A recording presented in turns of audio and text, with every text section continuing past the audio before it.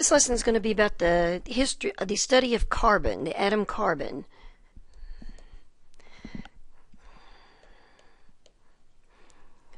Any compound that contains the element carbon is considered to be an organic compound. Obviously, organic compounds are very important when it comes to biology because carbon is the most common element in any biological system. We want to talk today about how carbon bonds and how it makes elements. Carbon has an atomic number of 6, which means it has 6 protons in its nucleus. It also has 6 electrons. 2 of those electrons are in the first level, and there's a second level that has 4 electrons. It's these 4 electrons in the outer level are called valence electrons. These are going to be the electrons that influence bonding for carbon. So a lot of times we'll draw carbon like this with 4 separate X's around, and each X represents an electron. Now these electrons are unpaired, and they would like to have a pair and share electrons with other elements. A very convenient element is hydrogen. Let's change the color here so we can tell the difference. Hydrogen has 1 electron in its outer level because it only has 1 electron anyway.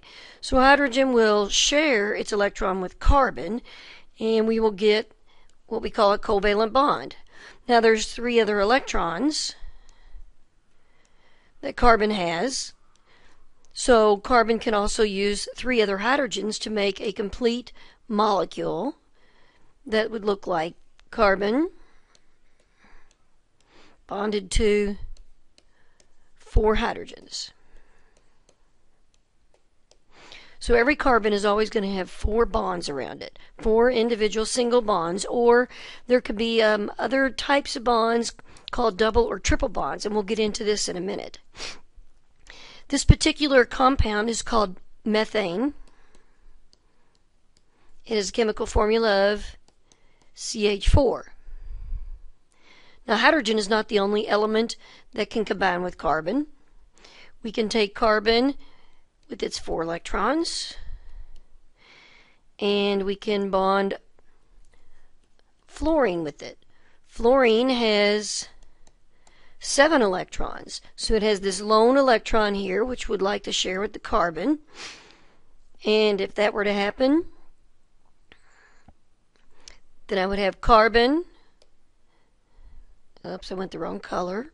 Let's go back and try to stick with our color scheme.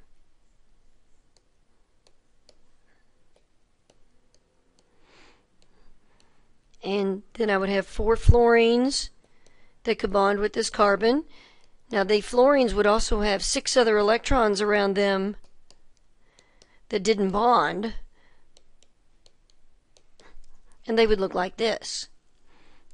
This is actually called carbon tetrafluoride. Tetra meaning there's 4 fluoride atoms.